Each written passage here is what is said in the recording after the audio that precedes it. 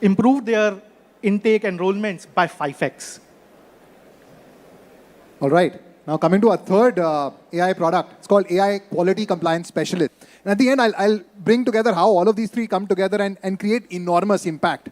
But the problem statement here was our students would be applying and there will be admissions officers at every university or even our own quality compliance teams that would be checking for whether these docs are genuine, they are complete, whether they are eligible, is there any fraudulence in them, etc., etc. And it would take weeks. So before you submit an application, you check them, it takes 3-4 days. After you submit an application, it takes 6 weeks, 3 weeks, 4 weeks to get an offer. Once you get an offer, then it takes a week to schedule an interview. Then you do that interview, it takes another week for the interview result to come. So it takes about 6 to 7 weeks of the whole process.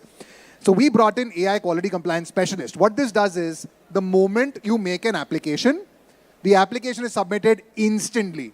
The AI Quality Compliance Specialist will check for whether the documents are genuine, whether they are eligible for this particular program, and whether they are complete. And if all good, you get an instant AI offer. You get an instant offer.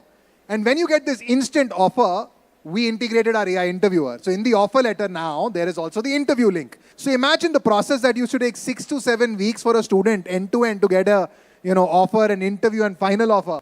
Now takes place in a couple of hours, in just 2 hours or less than 2 hours. You apply, you get an instant offer, there's an interview link, you give your interview, and AI will give you your result as well. Are you pass, are you fail? If you're doing good on X parameters, on 1 or 2 parameters, maybe relevance of your answers is good, the depth of your answers is good, maybe communication is a little weak, or your language skill is a little weak. If you fix on it, you can come back and redo another interview. And that is what we did with AI Quality Compliance Specialist and then clubbing it with the AI interviewer, right? So what's really happening under the hood, right? Quick zoom out on that. 3 products, 1 engine. Every student interaction flows through the same orchestration layer that you see here.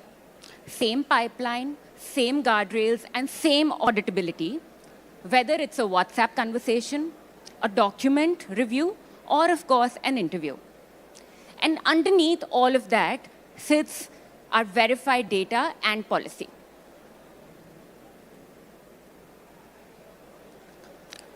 Let's do a demo. Let's really see what happens when you have Vasu within WhatsApp and how it answers your queries.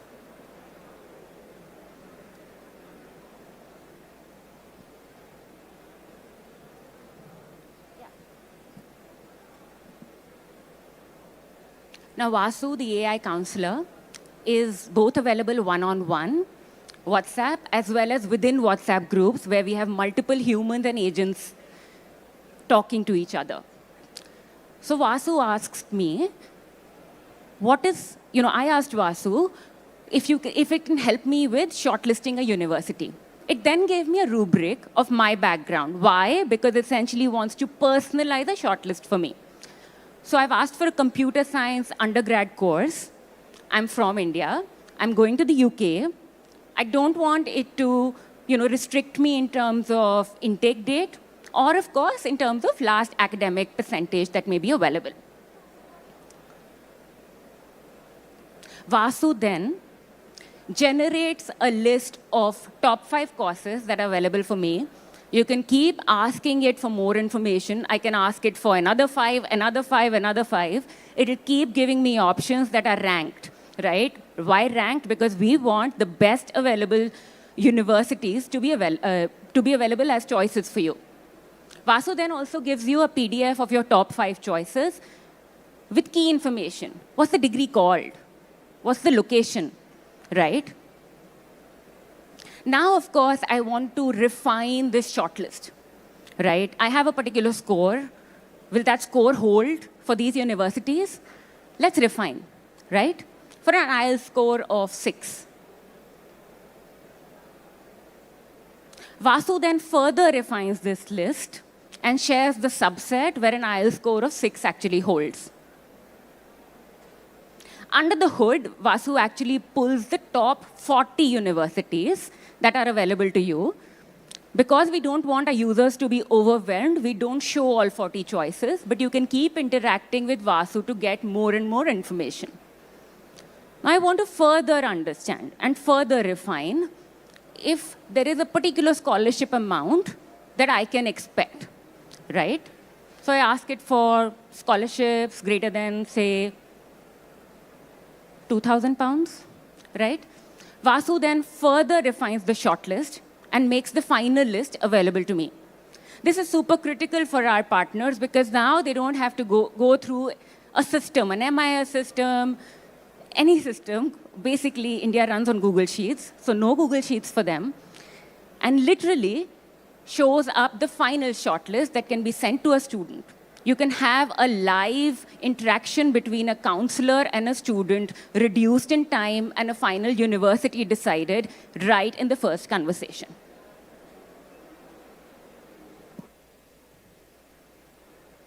Okay, so that was Vasu.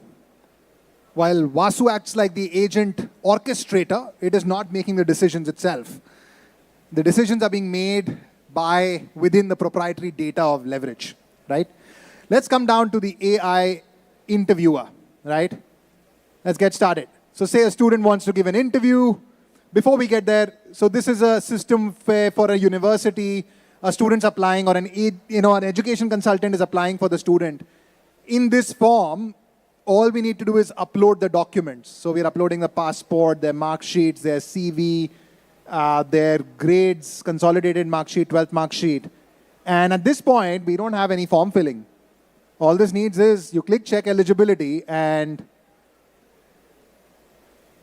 the AI here is reading the documents, calculating the grades on the fly. It's calculating whether semester-wise mark sheet marks are adding up to the final marks. Is there any kind of fraudulence, any vision-related fraudulence that I can see? And all this data gets filled automatically. Here's a human in the loop. We're basically saying, just verify if all these details have been fetched correctly. If all good, and just give us these two answers. Have you ever been refused a visa in the last 2 years and have ever overstayed your visa? And that's it. You click submit, and now the AI is going and checking for eligibility, and instantly the student gets an offer letter. This is an offer email that comes instantly to the student. And at this point now, while the student has got the offer letter, they also have a link to do the interview, right? So here, click here to do your credibility interview. You can log in, you get an OTP on your email, and before you start your interview, you get a platform demo to make sure everything's working fine. You'll ask some simple questions, your video, your audio, voice, everything's going fine, recording's running fine. And once the demo is complete, you basically start with your final interview. You get a set of instructions and answer the question. And now, once you've completed this interview, look at the university, right? When the university logs in, they have a whole list of hundreds of students who have completed their interviews, and AI has shared, so many interviews are, for example, in the green lane where they've completed the interview and the AI thinks they are green, good to go. Well, you can also go and review these questions, right? And how the interview went. As you review them in the same platform, they're now able to accept, reject, or ask the student to re-interview. This is how they go through the entire process, from which would take 6 to 7 weeks from applying and then, getting an offer, then interviewing, getting a slot in a week, doing the interview, getting a result in another 1 to 2 weeks. Now happens in a matter of 2 hours. You apply, you get an instant offer, instant credibility interview link, and the credibility interview also gets assessed by AI, where you get the result also right after you finished your interview, right? So that's all these products in action for you. And what's the impact we've been able to deliver? We have delivered a 20x productivity gain, 5x higher enrollment, and 90% turnaround time reduction in the end-to-end process, right? We've also saved 20,000 hours of interviewing. And with Vasu, we are now 24/7 on for our students and for our consultant partners in 27 countries, 10,000 plus of them, right? And now we are impacting hundreds of thousands of lives every year, every month with LEAI. That's us. If you're interested in all the cutting-edge work that we are doing at Leverage, come build with us. Or you can write into us at ailabs@leverageedu.com, and we'll be more than happy to have a chat and have you join our team. Right? This point, any questions? Happy to answer any questions the crowd might have.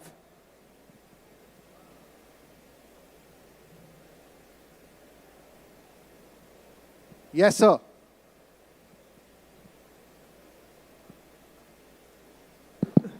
So it's very interesting what you shared, but at the end of the day, everything becomes like a cookie cutter approach.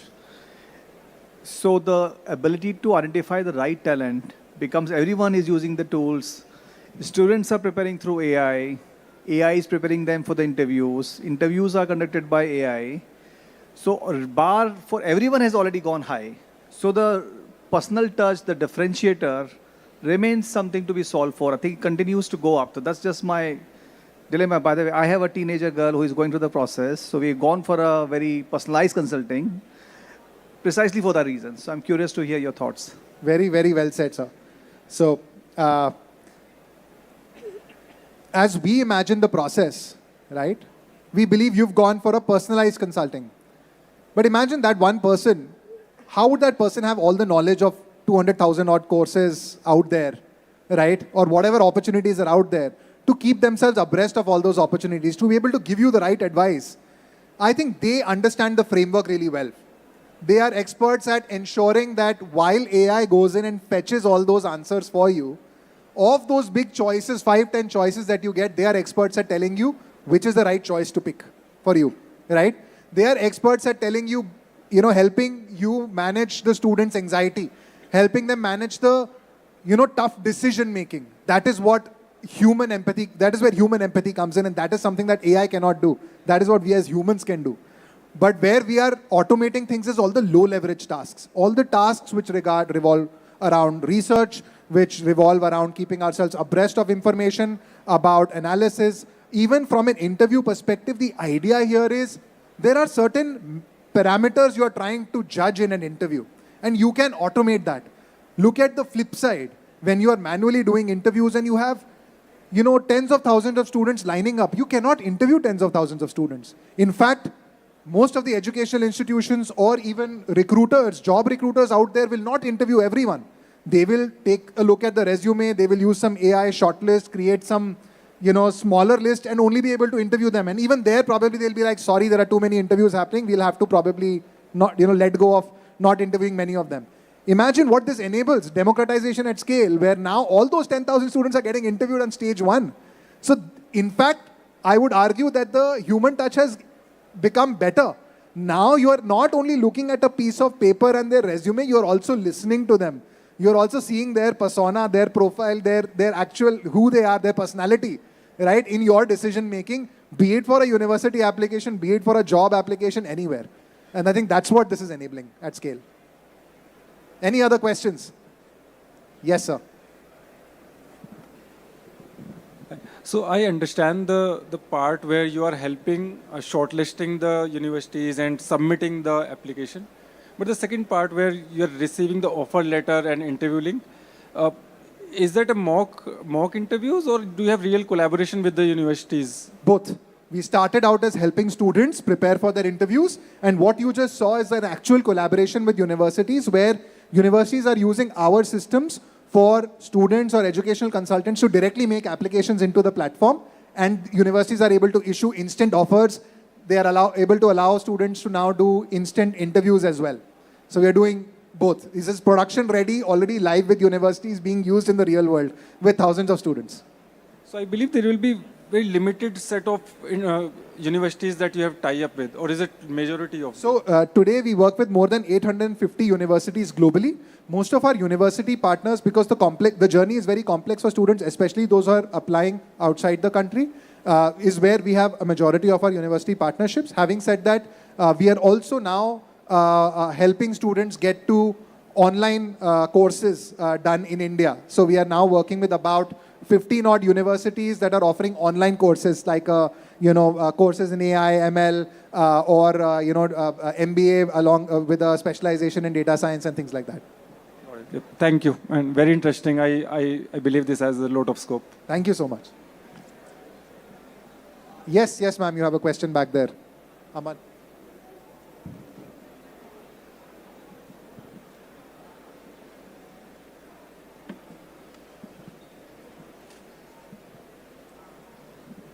So I wanted to understand the part about the AI interviews. Are you feeding a set of standard questions and answers and judging on the basis of that? Or is there any other criteria to evaluate the AI interviews? Sure. A very, very good question. Thank you so much for asking, ma'am. So when we interview, we basically work with any recruiter, could be a job recruiter or a university or a school, and we essentially try and understand the dimensions they're trying to assess a candidate on. For example, for a university, those dimensions will be, hey, why are you interested in this university? Why are you interested in this course? Then what are your short-term, long-term goals? Why are you, how are you going to fund your education, etc., etc. There could be 7, 8 different dimensions, right? And within each dimension, then we have hundreds of questions to ask, somewhere the same dimension. And then the AI is smart enough to say so every interview is randomized. We make sure that we are able to get you an assessment of the student on every dimension, right? And as we get an assessment on every dimension, we make sure that every interview is randomized. So within a dimension, it could be any of the hundreds of questions that get asked. So the combinations are crazy in tens of thousands, right? So a student getting the same interview again would probably happen in once in 10,000 to 100,000 students, right? And now, once the interview is done, the AI is also checking, by the way, for fraudulence. So there are instances where someone might be looking at notes stuck to their computer or reading from somewhere. So we track eye movement and are able to check whether there is any kind of fraudulence happening. Are there more than one tabs open? Are there more than one people in the room? More than one voices in the room? So yeah, a bunch of anti-fraud mechanisms also that are baked in already into the product. I hope that answers your question.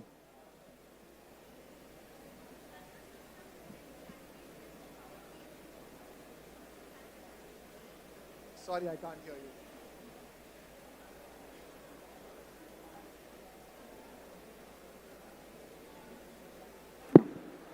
you. Just a follow-up. Does the system actually, in the past, did it reject candidates that were actually eligible for the course? Has that happened? So eligible when you say eligible from a qualification perspective, but yes, in the interview? Qualitatively better. So what we do is we use a conservative approach. So we would rather use the AI as an auto-rejection mechanism than an auto-approval mechanism. So we make sure that if someone has scored 2 on 10 or 3 on 10 or 4 on 10 is definitely rejected. But someone who scored, say, 6, 7 on 10, who's in the yellow zone, is not rejected. There is a human in the loop who will look at that student. Or at max, we will give them a re-interview so that they get another chance. Yeah, that's the approach we use. It's a conservative approach to make sure students are not rejected randomly. It's only, at max, we will give them multiple interview sits as well. Okay, just to add to her question, what is a source of validation here? Like how you're validating your AI is working fine? Like still a human intervention will be required here. Sure. So what we've done is, because we conduct more than, I think specifically for this interviewing use case, even for the quality compliance specialist, everywhere, what we do is, we've been doing this for the last 9 years. We have catered to 150,000 plus students. So as we cater to them, we would earlier 9 years ago start with manually looking at a lot of these documentation. We have a whole database of all the fraudulent documents that we've got versus actual documents. And we've trained our AI on a lot of those parameters that we've had. Similarly, when it comes to interviews, as we do interviews, there's always a human in the loop that's giving the final decision on approvals. So as a human in the loop says, oh, this is a 9-rated student, for example, but we are still rejecting for this reason, that becomes a feedback data point for us to go back and improve the AI assessment even more, right? So it's a consistent feedback loop. And we've been doing this for the last 2 years now. This is not a new product. So this has gotten really good now. Probably your stack is still learning. Could you repeat that? It's still learning from humans only. It's still learning from humans. Yeah, so it is, and I think that's the way. You should always have a human in the loop to make sure, like ma'am said over there, a genuine student should never get rejected. Yeah.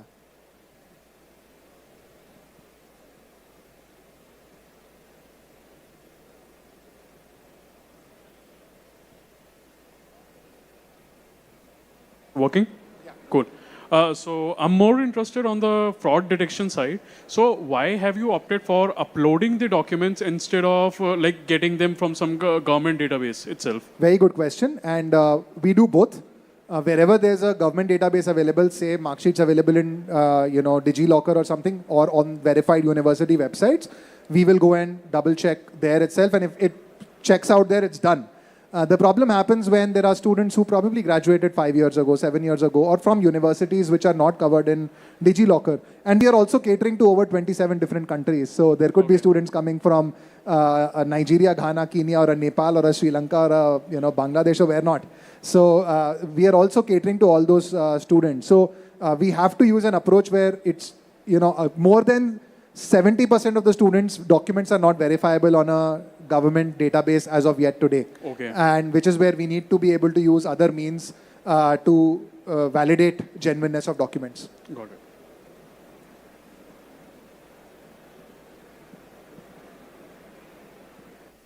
All right. There's no other questions. We'll wrap up. Okay, we have one more question. I'm going to ask the organizers. We have time, right? Okay. Thank you. So we have different kinds of students, like from the metro cities or from different countries as well. So we have like different kind of levels of the students. So how you are just disintegrating, like separating the students from different countries, because they have some are much ahead of that level. So how you are separating these kind of some metro cities, some different countries. So I mean, that's the idea of assessment, right? Like I mentioned in the beginning of my speech, talent is everywhere. So let us not underestimate any talent that's in a tier 4 city. They might be 10x better than someone in a, in a tier 1 city in India or even in New York. And our idea is to ensure that we match the right talent to the right opportunity. So if there is a talented individual even in a tier 4 city in India, and they know what they are doing, and if we are able to assess it at scale, we are actually democratizing education. So that's the idea of all these tools. They are able to essentially assess, when an AI is conducting an interview, they are able to ask the right set of questions and able to get the right, assess the answers that they're coming their way, to be able to really understand for this particular course, is this student going to be eligible? And the same thing also gets used for even, say, job recruitment, right? So we also, for example, while we have many companies that use our product, we at Leverage do all our hiring completely through the AI interviewer. And essentially, the AI interviewer is smart enough to ask the right set of questions to assess the right skills and be able to, very quickly tell us if 1,000 people have applied for a particular role, which are the top 30, 40 that we should be speaking with. And that's the role that AI has been able to do for us very well. So, my question was, suppose, some is getting in 1 or 2 interviews, getting out of 10, they are getting 8 or 9. And some are getting, less than 5 or 4. So, it will be both, on the same next interview, they are getting same question or same type of things, or it will be changed? It changed. Every interview is randomized and it's different. The same interview never repeats. But the philosophy is the same. If you understand a concept, if I ask you a question like this or like this, we've all given exams. If you understand the concept, you will be able to answer that question. So AI will not level down for the who is getting 5 or 4 or who is getting 8 or 9, or it will be randomized for next interviews as well. Correct. The idea is not to help someone cheat, right? The idea is to be able to assess whether they understand. But the concept. suppose for someone who is getting 5 or someone's getting 8 or 9, so it might be a different kind of level for them, for who are so getting. What we do is we give them feedback on what particular pillar you're not able to score well. So for example, there are 6 or 7 dimensions. So we will say that, your communication is good, your language skills are good, your problem solving ability you're scoring low on your problem solving ability, right? Or it could be, hey, we are not able to clearly assess how does this course relate to your goals. Right? When we give that feedback, then you know that, okay, this is what I need to work on more. Right? You can prepare accordingly. So you will get feedback as well in these interviews. Okay. Thank you. Yeah. All right. Thank you so much, everyone. We are LEAI. Please write to us if you're interested in working with this cutting-edge AI research team. Thank you. We are also exhibiting here in hall number 6. Yep. One last question for you. Can we take that offline? We'll just come and see you offline. Thank you. So booth number 271, hall 6. Thank you.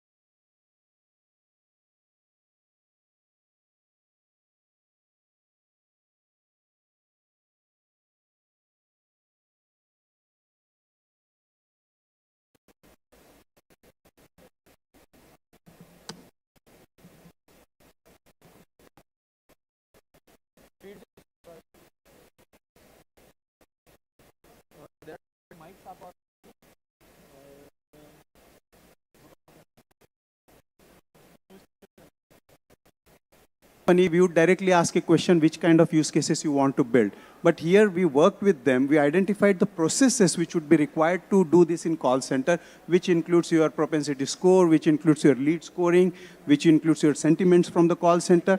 And we broke that down and built the use cases on the OS. So what happens, it was a real time which was getting into the call center. So that's at a prototype stage. So now these agents are reused. Like if I have built an agent for early claim, this agent, one of the agent is also used in mis-selling. So when you have agentic force, internally you can reuse the agent. That is the reusing inside the organization. We are not reusing externally across the organizations. I hope it was.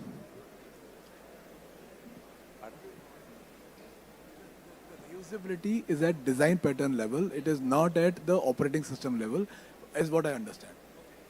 What happens is, if I have to build use case by use case, I again go through everything. But when we say operating system, there is a reason to that. Why we are saying, because operating system has become synonym to the traditional Linux, Unix, Windows. But anything which needs to operate at a system level, like it's Xerox and photocopy. We say, let's do Xerox, but actually activity is photocopy. So this is a synonym. But for AI, what change we are bringing is at system level when you are operating, there has to be a single governed layer which will be at the kernel level, and it will become richer and richer as time goes. And we take pride to build it from India.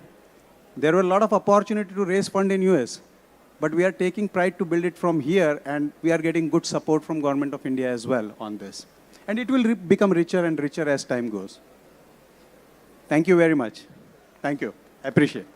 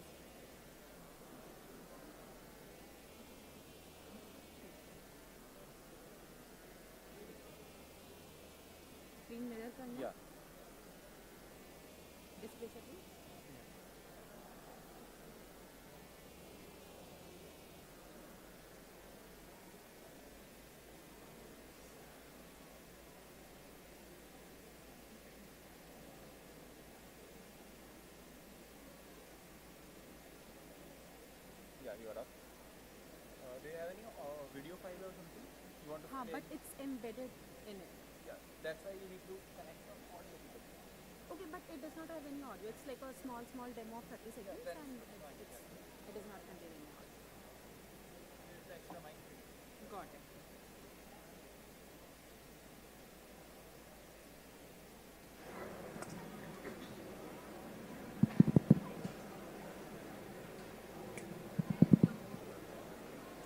Hello, hi everyone, good evening. So I am Shweta. I lead marketing and branding at a startup called Hack to Skill. We run innovation challenges and hackathons in partnership with several corporates and government bodies. So before we start and talk more about our product, can I get a quick show of hands of people who are from technical background or are currently maybe developers or engineers? Great. And rest of you are in different other fields, I'm assuming, marketing, healthcare. And, okay, great.